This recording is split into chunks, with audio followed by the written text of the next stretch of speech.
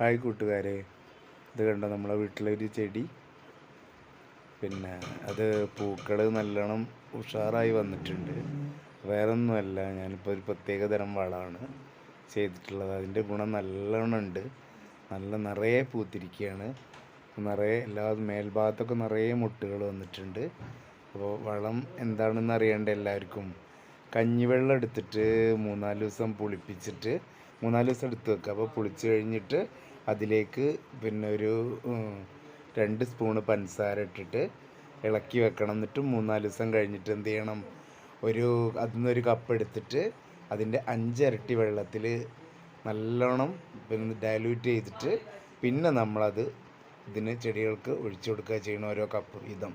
അങ്ങനെ ഒഴിച്ചു കൊടുത്തിട്ടുള്ള മാറ്റമാണ് ഈ കാണുന്നത് കേട്ടോ.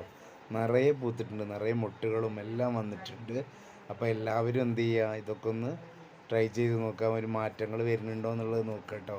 ഞാനിപ്പോൾ എനിക്ക് വന്ന നല്ലൊരു മാറ്റമാണ്, അത് നിങ്ങളെ അറിയിച്ചതാണ്. അപ്പോൾ മറ്റൊരു വീഡിയോ ആയിട്ട് വീണ്ടും കാണാം. Okay, by.